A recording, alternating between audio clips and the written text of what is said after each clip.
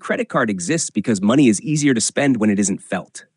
For most of human history, exchange was tangible. Goods were traded directly or purchased with objects that had physical presence. Coins weighed something. Bills occupied space. Carrying money imposed limits. You could only spend what you had, and you felt each transaction as a transfer. As economies expanded, credit existed long before cards did. Merchants kept ledgers. Customers ran tabs. Trust was personal and local. Credit depended on recognition, reputation, and memory. This worked in small communities but failed at scale. The challenge was not inventing credit, it was standardizing trust. Early charge systems attempted this by identifying approved customers and centralizing records. The problem was friction. Verification took time. Transactions slowed. Convenience was limited. The credit card solved this by turning trust into an object. Instead of asking the merchant to know you, the card vouched for you. Possession became authorization. If you had the card, the system agreed, temporarily, to advance value on your behalf. This shift required careful design. The card had to be durable enough to last years, yet cheap enough to replace. Plastic replaced paper because it resisted wear, moisture, and bending. The rigidity communicates legitimacy. A flimsy card would undermine confidence. The information printed on the card balances visibility and abstraction. Numbers identify the account, not the money itself. Your name confirms ownership without revealing status. There is no display of remaining credit. That omission is not accidental. Seeing limits would change behavior. The magnetic strip and later the chip introduced a crucial separation. The card itself does not hold money. It holds identity and permission. The value exists elsewhere, invisible and remote. This allows spending to feel disconnected from consequence. Interaction design reinforces this disconnection. Swiping, inserting, or tapping is fast, faster than counting cash, faster than reconsideration. The approval sound or screen confirms success without explaining cost. You are told yes long before you are told how much it mattered. Human behavior shapes every aspect of this. People are sensitive to immediate feedback and less sensitive to delayed outcomes.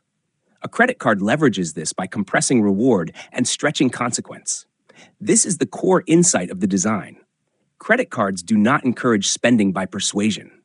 They do it by timing. The statement arrives later. Interest accumulates quietly. The emotional weight of the purchase fades before the cost becomes real. This temporal gap changes how decisions feel in the moment. Security features reflect another behavioral truth. People lose things. Cards are stolen. Numbers are copied. The system assumes failure and builds recovery into the design. Fraud protection, cancellation, replacement, all acknowledge that trust must be revocable.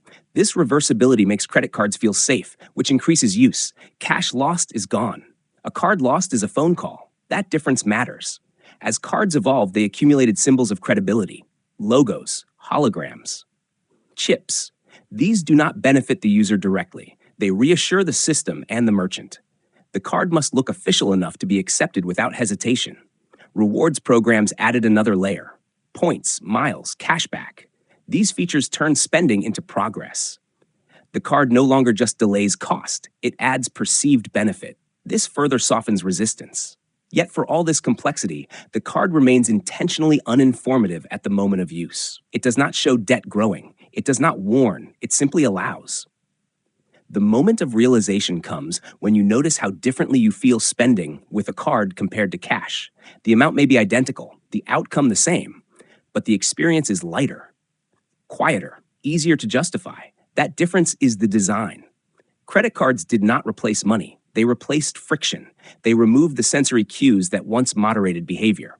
In doing so, they reshaped consumption at scale. This is why digital wallets and contactless payments feel like natural extensions rather than revolutions. They push the same logic further.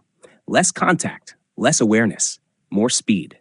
At the end of a transaction, the card returns to your wallet unchanged. No thinner, no lighter, no indication of what just happened. The system remembers for you. Invisible design often succeeds by hiding the most important part of the process. The credit card hides cost until later, transforming spending from an exchange into a promise. And once spending becomes a promise instead of a trade, behavior changes, quietly, consistently, and without needing to be explained.